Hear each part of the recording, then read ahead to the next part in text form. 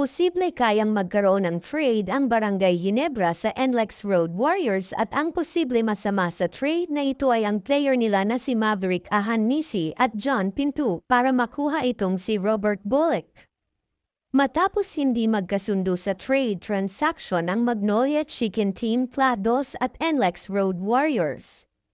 Dahil ang gusto makuha ng NLEX ay si Xavier Lucero para ipalit kay Robert Bullock, ngunit ang Magnolia ay agad naman itong dineclined ang nasabing trade.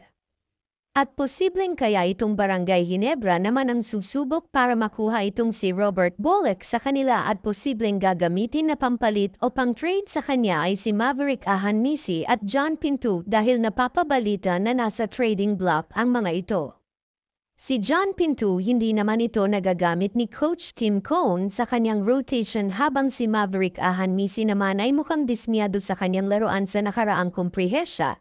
Titignan nga natin yan sa susunod pang hakbang ng Barangay Ginebra kung itutuloy nga nila ang nasabing trade. Sa kabilang banda naman, tuluyan na nga na-i-trade ng Northport Batam Kiev si Abu Traitor matapos nilang ma-acquire si James Kwekute ng Blackwater Bossing. Nakatakda para sa reunion ang dalawang magkakampi sa college si James Kwekute at Evan Nell.